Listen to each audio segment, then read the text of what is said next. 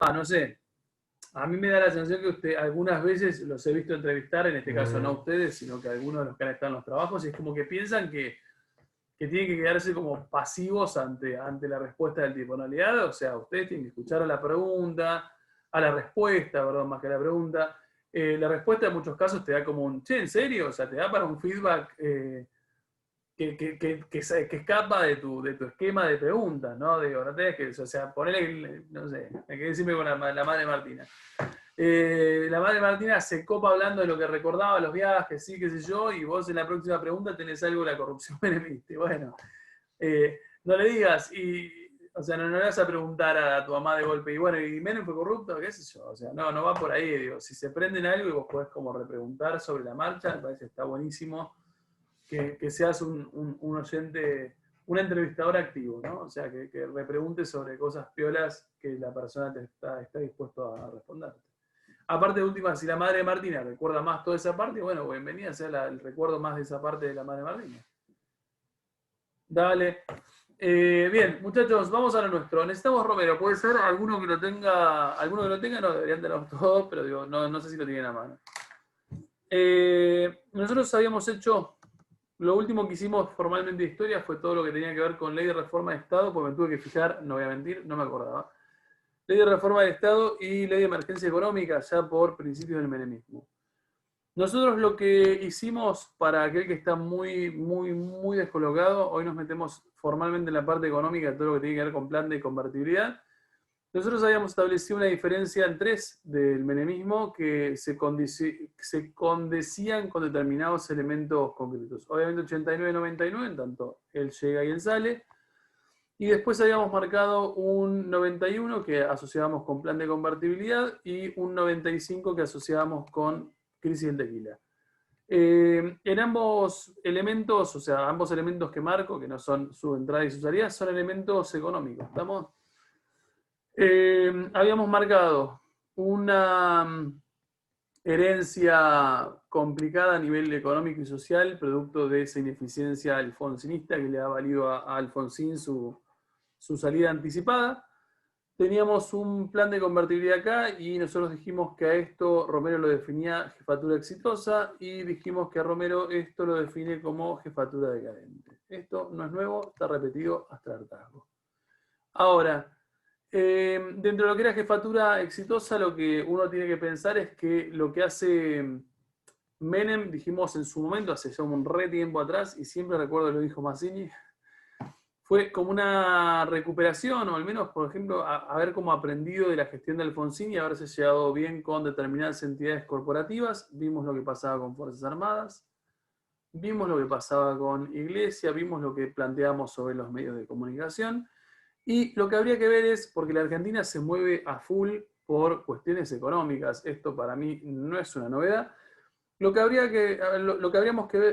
tendríamos que ver es, bien, un poco intentar comprender, no en profundidad, pero sí las cuestiones básicas de esto que es el plan de convertibilidad, que para mí es en el fondo lo que nos permite hablar de esta jefatura exitosa. A ver, si económicamente Menem no hubiese dado un esclavo en el cortísimo plazo, porque siempre uno sabe que en el largo plazo es crisis, difícilmente podríamos llegar a entender esa jefatura como tan consolidada que se inicia en el 91 tal como la plantea Romero.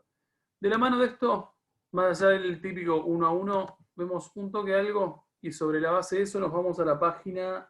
se me fue. Página 308 del libro blanquito nuevo. O el azul nuevo. El de Furdas, ahí me fijo, Furdas. De marzo, Menem redobla su apuesta neoliberal. ¿Se escucha, no? Y nombra al frente de la cartera económica a Domingo Cavallo. Sí. El nuevo ministro impulsa un plan que iguala el valor del peso al del dólar, al mismo tiempo que prohíbe la indexación. Este conjunto de medidas, conocido como plan de convertibilidad, acaba rápidamente con la inflación y logra estabilizar la moneda.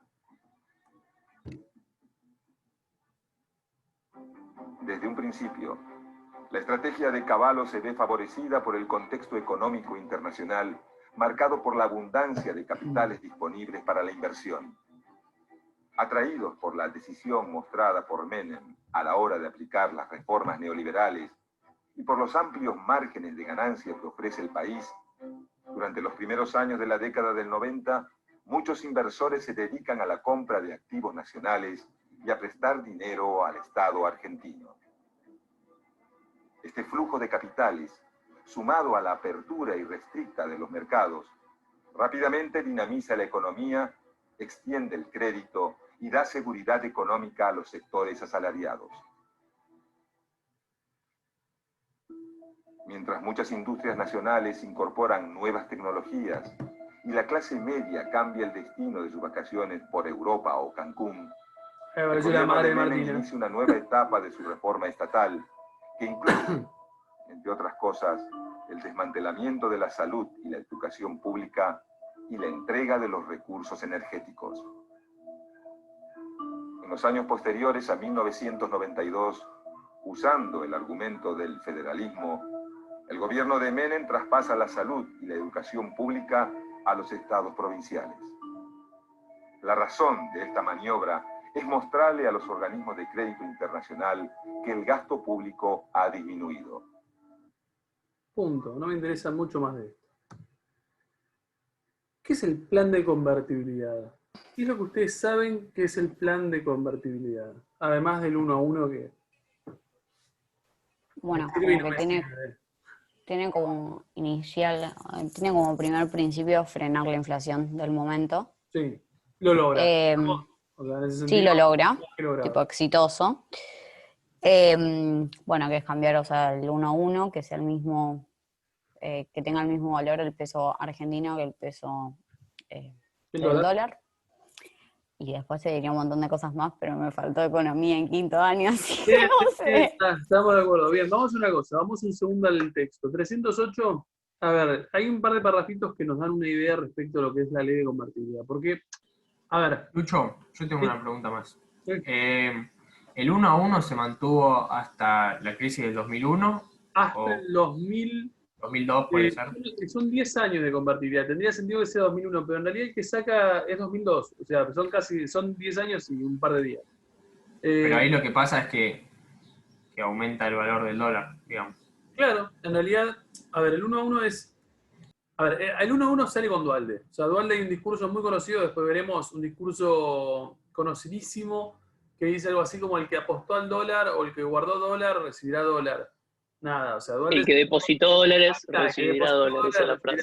Esa es la frase. Eso es del HDP. Y esa es una frase de Duhalde, pero en realidad es un poco más complicado, pero después lo vemos, porque lo que hacen es devaluar el dólar. Estoy hablando 2002, yo estoy convencido que es 2002. Y cuando devalúan el dólar, lo devalúan a $1.40. O sea, quiere decir que de golpe un dólar es 1.40. O sea, para nosotros, imagínense, o sea, para nosotros estamos en 160. A ver, sí, el esfuerzo de imaginarse 10 años consecutivos pensando que 1 a 1. O sea, devaluarlo 1.40 es un montón. Es un 40%. 40%. O sea, devaluaste así 40%. Ahora, cuando el tipo, y nosotros ya sabemos esto también, pues sabemos lo que es el mercado oficial y el mercado paralelo. Lo cierto es que en realidad, pero lo vemos después, hay todo como un ida y vuelta, que al final a vos lo que te daban era, por ejemplo, o sea, te terminaban dando menos. O sea, al fin y al cabo el Estado lo que hizo fue como quedarse con un vuelto fuerte de toda la gente que había apostado legalmente o ilegalmente, pero legalmente, me arriesgo a decir, durante esos 10 años se había ahorrado en dólares. Pero después lo vemos un poquito mejor cuando lleguemos a ese contexto. Me interesa, sí, son 10 años de convertibilidad, lo cual yo no digo que es, porque no me arriesgo a decir que en realidad la convertibilidad argentina es en parte el responsable de que nosotros estemos tan enfermos hoy con el dólar.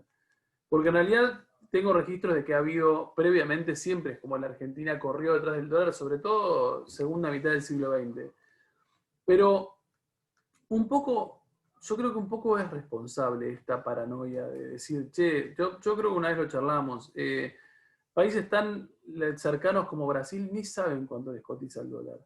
Ni saben cuánto les cotiza el dólar, no tienen los bienes en dólares, no puedes pagar en dólares, no puedes comprar una casa en dólares porque no lo saben, o sea, están en soles, en reales, perdón, en reales. Entonces, en realidad, No sé, yo no creo que seamos los únicos. O sea, no sé si es de acá exactamente, pero no es que en todos los países tipo siempre es con el dólar. No. Y de hecho hay muchos países que realmente, a ver, yo lo averigué en su momento por Brasil, y Brasil no tiene registro. El ciudadano común y corriente de Brasil no tiene ni idea cuánto cotiza el dólar, porque no es algo cotidiano. Sí, de ellos. capaz que a lo largo de su historia económica no tuvo estos problemas que tuvo la Argentina. Por ahí no tuvo ese nivel de dependencia con el dólar, o sí, pero han logrado, no sé responderlo, la verdad que eso sí no sé responderlo. Sí entiendo que mucha gente, sobre todo actualmente quienes hoy vivimos en Argentina, y no estoy pensando en mí, porque yo era pibe para el plan de convertibilidad y todo lo demás, pero entiendo que aquel que tiene 50, 60 años, tiene 10 años de haber vivido esa ilusión, porque en el fondo es una ilusión de que tu peso es tan fuerte como el dólar. A ver, y vuelvo a esta idea de, es una ilusión. O sea, vos sobredimensionás el valor del peso y lo equiparás a un dólar cuando en realidad vos sabés que no es imposible, pero es muy difícil por lo tanto. A ver, ¿qué es lo que me interesa? Vamos al plan de convertibilidad un segundo. Página 308, abajo en el último de todos los párrafos, dice Caballo. ¿Caballo qué es caballo? Por favor, no sea caballo. Como lo he escuchado en algunos momentos, Martínez de Oz sin H, Caballo es caballo y me molesta. Bien, Caballo, Domingo Caballo, que es el rapaíto que cada tanto, hoy creo que está con los libertarios. O por lo menos son esos tipos que recuperan los libertarios como si fuesen un gran prócer. Dice, alguno que lo tenga ahí a mano, Caballo encaró el problema de la inflación. Voy si quieren. Vale. Caballo encaró el problema de la inflación mediante la trascendente ley de convertibilidad, que durante 10 años marcó las pautas de la economía. Se estableció una partida cambiaria fija. Emblemáticamente, un dólar equivaldría a un peso, y se prohibió al Poder Ejecutivo emitir moneda por encima de las reservas, de modo de garantizar esa paridad. El Estado consiguió desalentar las perspectivas inflacionarias, pero a costa de renunciar a su más importante instrumento de intervención de la economía. Culminaba así una historia de reducción de la capacidad de acción del Estado, iniciada en 1976 y profundizada luego con el endeudamiento externo. Los resultados inmediatos fueron muy exitosos. Cayó la inflación y también la fuga de divisas. Volvieron capitales emigrados y bajaron las tasas de interés. Hubo una rápida reactividad de la economía y mejoró la recaudación fiscal. Bien, hubo una rápida reactivación económica y mejoró la recaudación fiscal. Un poco más abajo, lo leo yo, así no estamos perdiendo tiempo, dice, la Argentina volvió, es un párrafo y un poquito más abajo, la Argentina volvió a ser confiable para los inversores globales en momentos en que una masa de dólares circulaba por el mundo a la búsqueda de mercados emergentes más rendidores que los metropolitanos, por entonces retraídos. A ver, es más, dice, después entre 1991 y 94 entró al país una cantidad considerable de dólares con la que el Estado cumplió sus compromisos, bla, bla, bla, bla.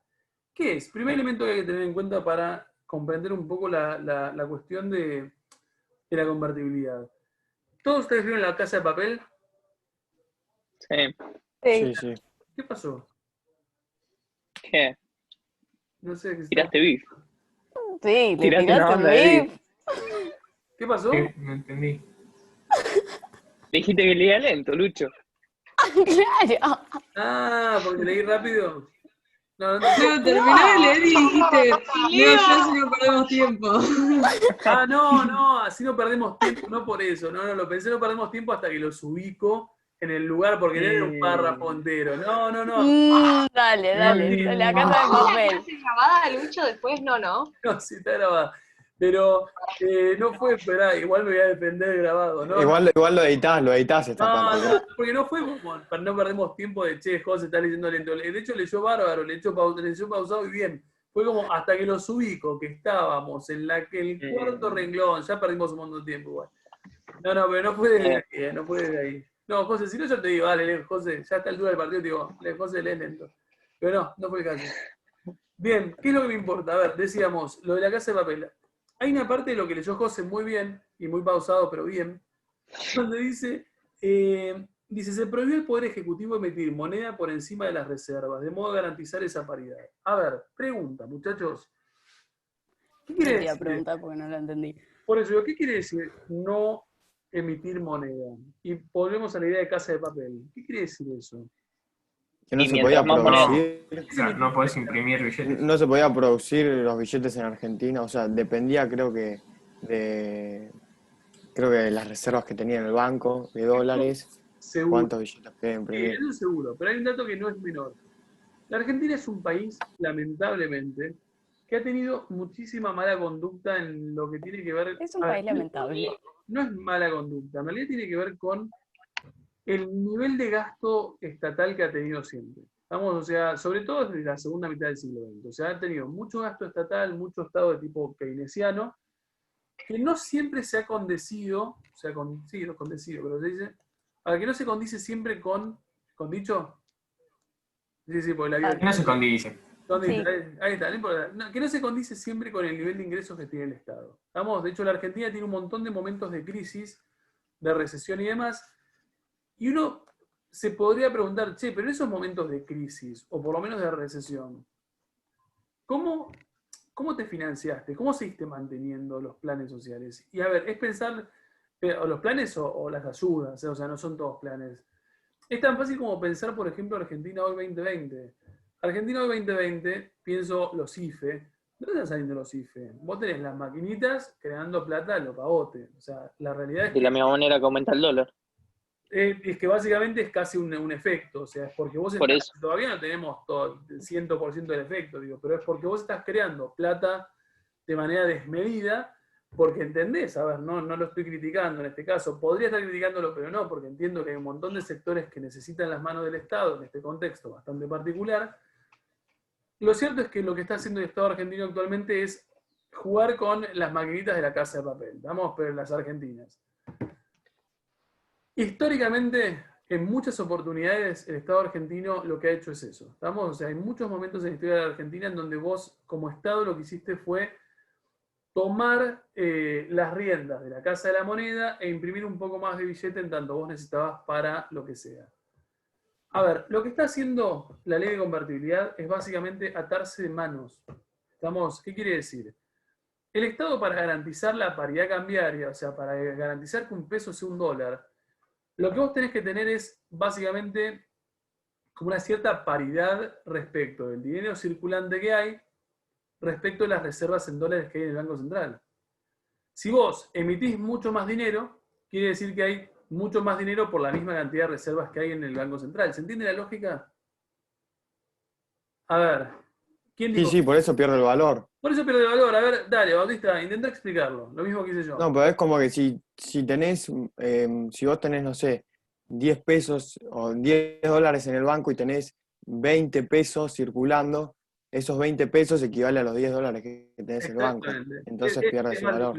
Bien, no necesito hacerlo. A ver, si vos tenés, coincido con lo que vos decís, si vos tenés 100, vamos a hacerlo más redondo, si vos tenés 100 dólares como reserva y vos tenés, vamos a poner 200 pesos circulando, lo cierto es que esta es la paridad. ¿Vamos? O sea, vos podés mantener esa paridad y ese valor de tu peso, este es el argentino, en tanto vos vas a mantener 200 pesos en circulación que se equipara con tus 100 dólares que tenés en reserva. ¿Qué quiere decir? Si vos metés maquinita y seguís teniendo 100 dólares, pero de repente en el plazo de un año tenés 2.000 pesos porque metiste maquinita, que sería lo de la Casa de Papel, ¿qué pasaría con esto? ¿Vale más o menos?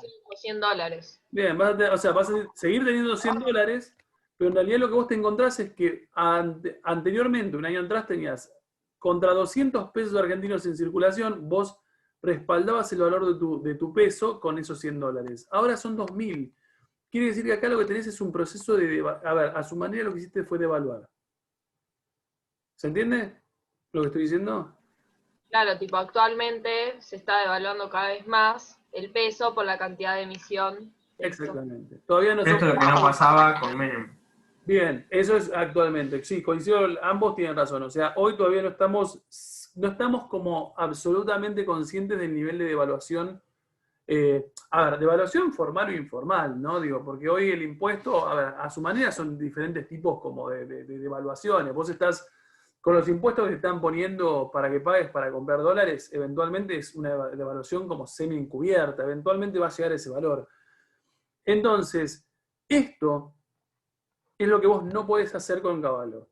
¿Qué quiere decir? Cuando el texto dice se estableció una paridad cambiaria fija emblemáticamente en un bla bla bla 1 a 1 y se prohibió al Ejecutivo emitir moneda por encima de las reservas, lo que está diciendo es que, primero, vos te quitás de encima la austral, que obviamente es la moneda esta defectuosa que heredamos de Alfonsín con 3 millones de ceros, muy inflacionaria, y lo que haces es crear el nuevo peso, que es en parte el peso que nosotros tenemos, con cambios, algunos billetes desaparecieron, otras imágenes han cambiado, digo, pero es el mismo peso argentino, y con esa nueva creación del peso, vos fijás un monto fijo de pesos que se equiparan con el monto fijo de reservas en dólares que tenés en el banco.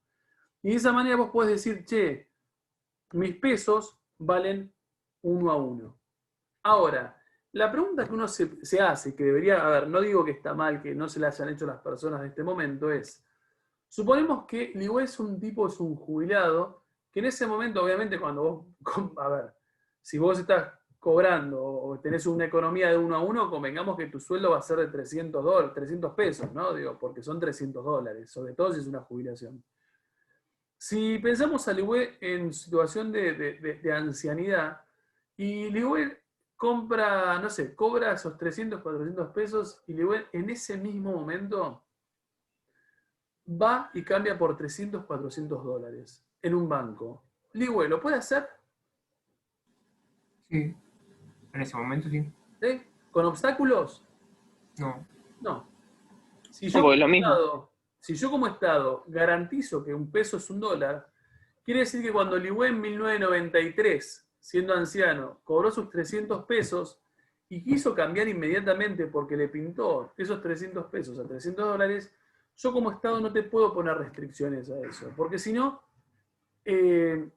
no sería muy real lo que estoy diciendo, un peso, un dólar.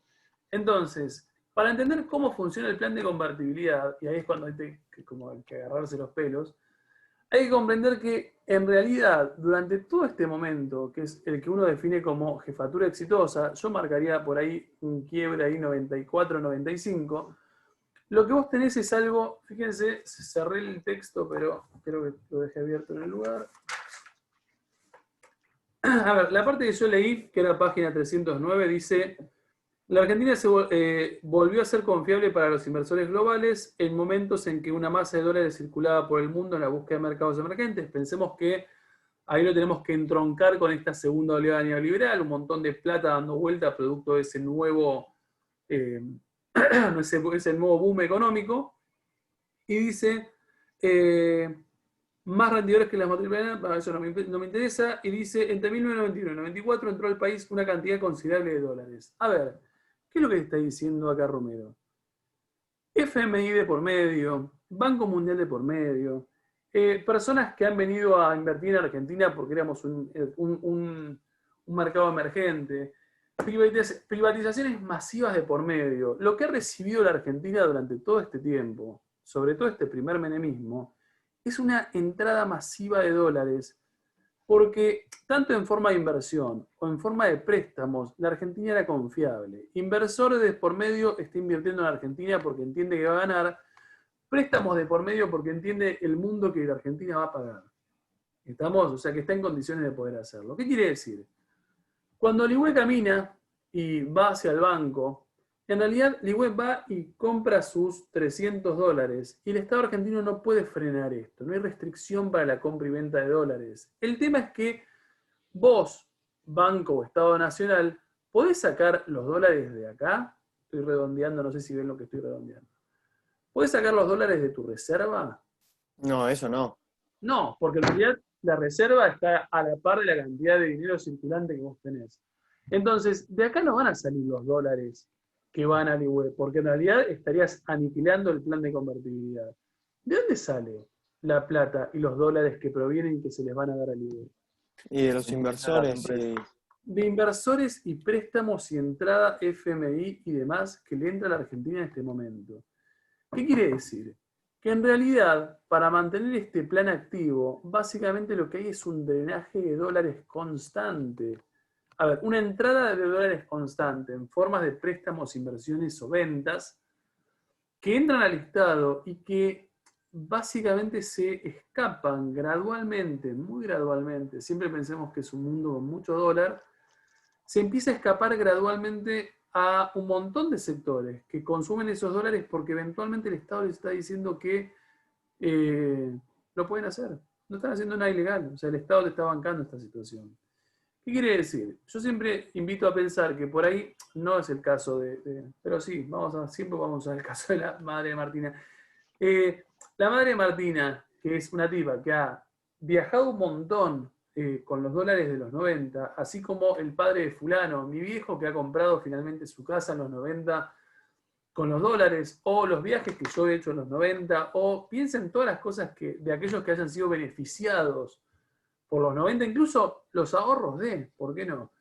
Tienen que ver, a ver, son dólares que en realidad están como subsidiados por todos nosotros.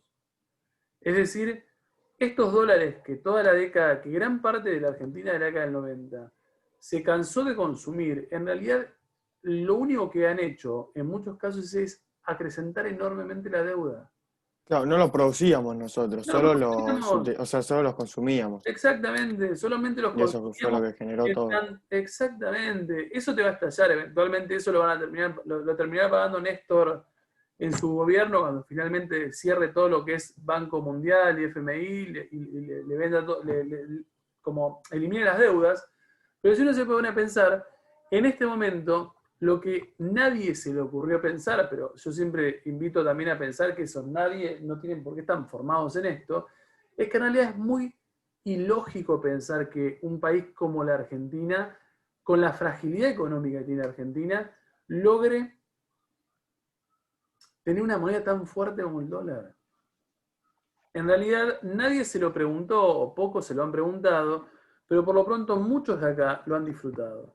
Entonces, obviamente, cuando vos generás esa paridad cambiaria 1 a 1, eliminás de raíz la inflación. La inflación, que es esta hiperinflación que vos heredás de Alfonsín, y que acá, del 89 al 91, hay una segunda hiperinflación. Esta inflación, que es un problema que aqueja a la Argentina durante 4 años ininterrumpidos, y que es hiperinflacionario, te encontrás que de golpe y porrazo en el 91 la tenés en 0, o 0,1. Lo cual es un montón. Y eso es lo que te permite comprender cómo este personaje, además de los medios de comunicación, además de las Fuerzas Armadas, además de bla, bla, bla, bla, lo que va a tener es a una población, a una clase media muy contenta, porque eventualmente lo que hace es frenar de raíz el problema y darles posibilidades de viajar al exterior. A lo Martina Boscato y su madre. No, Martina Boscato no estaba. Entonces... Bueno. Por eso, vos estás salvada. A ver, en realidad están todos salvados, porque convengamos que lo hicieron todos de manera legal. Eso me parece que siempre es algo como a resaltar, digo, porque uno piensa como, te enriqueciste en los 90. Mirá, si me enriquecí en los 90 es porque utilicé los mecanismos que el propio Estado daba como hábiles, o sea, como habilitados para poder hacerlo. Ahora, ¿qué es lo que me importa que uno pueda identificar? En el 95 se produce un quiebre, que es un quiebre en realidad externo también a la Argentina, y que es lo que uno conoce como la crisis del tequila. La crisis del tequila, yo creo que se los dije, la crisis del tequila en realidad es 94, pero arrastra a varios países en el 95, y la crisis del tequila mexicana lo que hace es sembrar ciertas dudas como ciertas dudas de los inversionistas futuros, o sea, de los inversionistas extranjeros. ¿Qué es lo que dicen? A ver, como la Argentina, no sé, Tailandia, Brasil, México, son todas economías emergentes, hay todo un comportamiento bastante parecido, por ahí no con ley de convertibilidad, pero bastante parecido de entrada de dólares a estos países. Ahora, en el 95, la crisis del tequila básicamente es el default mexicano. ¿Qué es un default? Como una caída. La suspensión de pagos. La suspensión de pagos. Básicamente un default en un país es cuando se declara insolvente, o sea, no te puede pagar lo que debe. Entonces, en el momento que se produzca ese default mexicano, en realidad lo que se va a generar, no sé si Romero lo plantea así, pero está bueno plantearlo así, lo que se va a generar después de la crisis del tequila es una especie de efecto dominó sobre varias economías emergentes. Porque el razonamiento... Sí, ¿no? Sí, dale. En la página 312 dice como que es una corrida de... Acá, si querés lo encuentro. Dale, porfa. 312. Sí, produjo el último párrafo. Produjo una corrida mundial de inversores que abandonaron los mercados emergentes. Ahí está. Que hubo un retiro masivo de fondos, etc. Es que básicamente, en algún lado igualmente también tiene que decir, seguro nombra a otros países, lo cual tiene sentido. A ver, el razonamiento de esta gente, lo que está planteando, o de los inversores, es, mira, si todos estos son países de economías emergentes, y a México le pasó lo que le pasó, eventualmente lo que uno debería esperar es que Argentina u otros países empiecen a tener esos mismos problemas. Entonces, estas liñitas que yo hacía como inversiones en la primera parte de la jefatura exitosa, en realidad empiezan a drenar. ¿Qué quiere decir? Empieza a haber mucho menos inversor dispuesto a invertir o a hacer llegar esos dólares a la Argentina, y esta situación, lógicamente, empieza a complicar la dinámica de la convertibilidad. A ver, ¿qué es lo que a mí me importa que ustedes vean? O por lo menos, pues nos quedan 3 minutos. A ver, nosotros sabemos que el 2001 es el 2001. Todo el mundo, si sabe más o menos de historia argentina, sabe que el 2001 es una calamidad. Estamos hablando de, yo siempre digo, siempre invito a pensarlos. El 2001 es tan grueso a nivel impacto social y económico que en la Argentina hubo trueque. Quiere decir que vos rompiste formas capitalistas de intercambio y volviste a formas precapitalistas donde yo te daba lo que a mí me sobraba en mi casa y vos me dabas, no sé, me cortabas el pelo. Porque había un montón de esto. Ahora, esa crisis del 2001, que uno obviamente ubica con De la Rúa, no puede ser comprendida nunca si uno no se pone a ver que en realidad los últimos años, a ver, que el segundo menemismo no fue el primero, o sea, ha mantenido o ha empezado a tener como ciertos problemas, y por otro lado, más o menos para el 97, que coincide con la primera derrota de Menem en una elección legislativa, lo que uno empieza a encontrarse es que la economía argentina empieza a mostrar recesión. O sea, estos dólares no están ingresando tanto como deberían ingresar, empiezan a haber ciertas manifestaciones como de crisis económica, y lo que uno se empieza a encontrar desde el 97 en adelante es que los últimos años del menemismo son bastante complicados, que obviamente De la Rúa asume y hereda eso complicado del menemismo, no sabe muy bien cómo responder frente a esa situación, y eventualmente la crisis del 2001 le estalla. ¿Se entiende? Todo el mundo llegó a este pantallazo, lo saco de acá. ¿Por qué? Para que hable.